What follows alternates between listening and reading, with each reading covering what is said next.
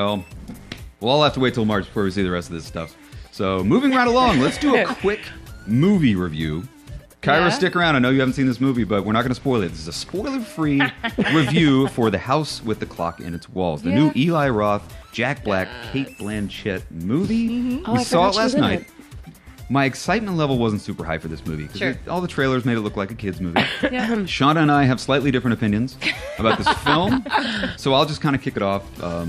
I really enjoyed it. I thought it was a lot of fun. Like I said, my excitement level was kind of low for the film when I first went into it, but what it lacked in compelling plot, it more than made up for in characters. Jack Black was incredible. Cate Blanchett was phenomenal. Owen Vaccaro, the kid in the movie, he was great. Nailed it. It was so good. Nice. So yeah, I would highly recommend going to see it. Basically, what the movie's about. It's a movie set in 1955. There's a little kid whose parents have died, so he goes to live with his uncle in this big, gothic, scary mansion in the 1950s. It's a period piece, which I love. I love 50s movies set, back in the past. So he goes to live with his uncle. His uncle winds up being a warlock. So it's a magical house. His uncle and Cate Blanchett, who's a friend of the uncle, they're wizards, they're warlocks, they're witches. Magic abounds in this movie. Tons of fun magical stuff going on in this movie. So the kid decides he wants to learn magic. He wants to learn to be a warlock. So they kind of take him under his wing and they train him. And there's some wonderful montages.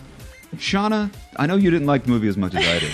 Let me just ask you, what didn't you like about the movie without it spoiling it for anybody? I didn't feel that there was much story going on. Like, I don't feel that it didn't grip me and keep me interested. Like Chuck said, the only saving grace for me was the acting and the characters. The characters were great. The acting was great.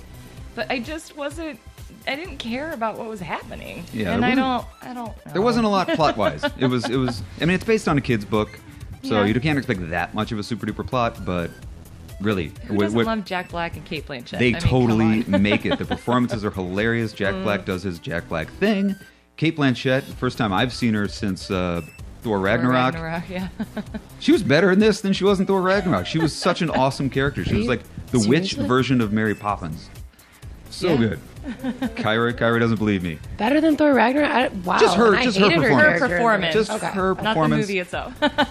Because she wasn't all crazy made up. She was wearing these really cool 50s kind of period piece dresses. So just the whole vibe of it I just enjoyed. I do think that it felt like it ran long, which is funny because it was only an hour and 45-minute movie. But I think the lack of story made you think, wow, how long is this film? Yeah. But the characters make it worth your while. Maybe you don't have to rush out of the theaters to see it, but it's definitely worth your time. It's a lot of fun at the movies. So I would recommend it. Shauna gives it a thumbs down. I give it a thumbs up. No, I give it 1 thumbs up, 1 thumbs down. 1 thumbs up, 1 thumbs down. It's like a 5 out of 10. All right, House with the Clock in the Walls. Check it out.